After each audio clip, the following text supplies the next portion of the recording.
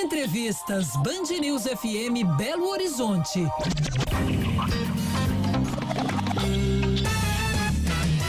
A gente conversa aqui agora na Band News FM com o professor Luiz Flávio Sapori, da PUC Minas, referência quando a gente conversa aqui na Band News sobre assuntos ligados à segurança pública. Ei, Sapori, como vai? Olá, bom dia, Lucas, bom dia a todos os ouvintes da Band News. Sapori, eu gostaria de ouvi-lo sobre talvez um dos temas da semana, não é? Lá no Congresso Nacional, com o Senado aprovando aquele projeto de lei que proíbe a chamada saidinha dos presos. A gente conversava antes e você comentava que na prática esse benefício que existe aí pela lei de execuções penais deixa de existir, né? Com algumas exceções, e eu queria ouvi-lo sobre isso. Porque as saídas temporárias, elas já estavam previstas na legislação brasileira, né, na lei de execução penal desde 1984, né? Significava que os presos de regime semiaberto, sob certas condições, né, eles poderiam ter durante o ano passar alguns dias com seus familiares, nas suas casas, né, e depois retornando, né? Isso que são as saídas temporárias. É um número de dias por ano que o preso, se ele atender certas condições, ele poderia receber o benefício. Com exceção, se ele, por exemplo, ele tivesse cometido homicídio, ele não teria o benefício, né? E alguns outros crimes graves. O que o Congresso aprovou, Lucas, foi praticamente a extinção disso. Acabou. Não tem mais condicionantes. Na verdade, a possibilidade do preso em semiaberto sair para trabalho e para estudo, isso já existe na prática, mesmo sem a saída temporária. Então, eu diria que o Congresso Nacional, na verdade, o Senado, e o projeto de lei vai voltar agora para a Câmara dos Deputados, né, então até ser sancionada, mas está acabando com esse benefício, que me parece um erro, porque, na verdade, o caminho não é acabar com as saídas temporárias. Eu acho que o caminho seria ter umas saídas temporárias ou conceder o benefício de maneira mais rigorosa. O debate do Brasil, Lucas, está muito entre 8 e 80, né? Extremos, polarizado, né? E faltou um consenso no meio termo. E o meio termo era restringir a concessão do benefício para aqueles presos que cometeram crimes graves, homicídios, roubos, estupros, aqueles que estavam no crime organizado. Então era isso que precisava acontecer, não precisava acabar com a saída temporária, infelizmente, né? Então os políticos estão fazendo o que a gente chama de legislação de pânico, né? Para dar uma satisfação à opinião pública. E essa satisfação, né, Sapori, vem muito por causa daquela morte trágica daquele policial militar aqui de Minas Gerais no começo do ano. Ele foi morto, né, disparos aí na cabeça por um detento que estava na chamada saidinha de Natal. Por tudo que você comentou, você entende então que o benefício deveria continuar existindo, mas se aplicando mais rigor nessa concessão? Porque esse preso mesmo que matou o tenente da PM já tinha sido condenado, parece, por crimes mais graves também, né?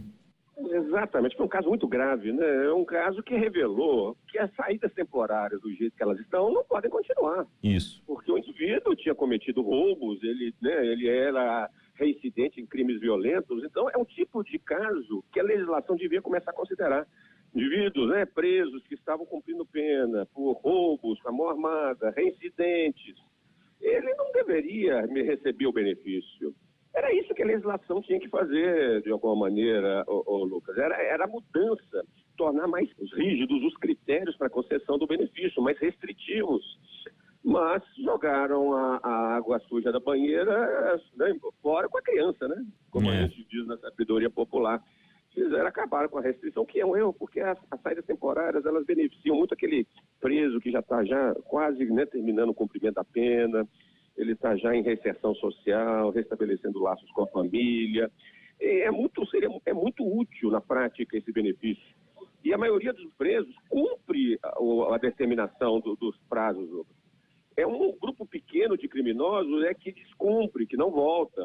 É para esse segmento que a gente deveria restringir a concessão das saídas temporárias, né? Então, voltamos a esse modelo da segurança pública, da legislação que segue as contingências dos fatos, né? Uma legislação, postura que não tem racionalidade, que não pensa a segurança pública no médio e longo prazo. Agora, Sapori, considerando até o espírito que se formou, inclusive acompanhando a votação no Senado, até senadores da base, inclusive do PT, votando a favor da legislação. O texto volta para a Câmara, obviamente deve ser aprovado, até porque ele se originou na Câmara, deve ir para a sanção ao veto do presidente Lula. Para ele, que encampa essa pauta, fica muito difícil pensar num veto, até pelo espírito formado no Congresso e na sociedade, né?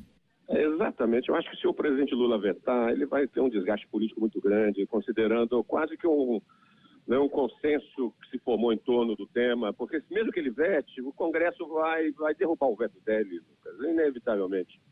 Vai dar, o presidente Lula, na verdade, estaria fortalecendo um certo discurso punitivista da extrema-direita, que infelizmente é o que está se apropriando desse momento. Eu acho que já está definido, Lucas. Eu acho que não tem mais volta, infelizmente, né?